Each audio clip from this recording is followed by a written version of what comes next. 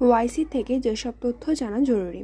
ওয়াইসি প্রতিষ্ঠা হয় 25শে সেপ্টেম্বর 1969 সালে। ওয়াইসি এর সদর দপ্তর জেদ্দা, সৌদি আরবে।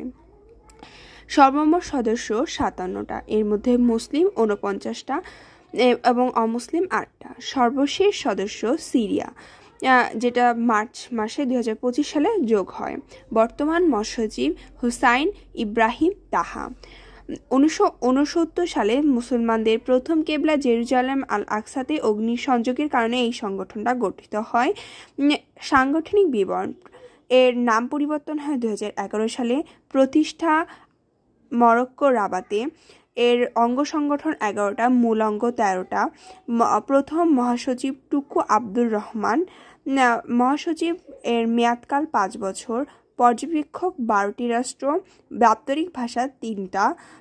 16তম সম্মেলন অনুষ্ঠিত হবে আজারবাইজান 2026 সালে।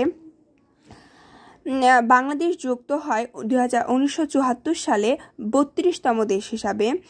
আর ওয়াইসি জাতিসংঘের পর বিশ্বের দ্বিতীয় বৃহত্তম সংস্থা।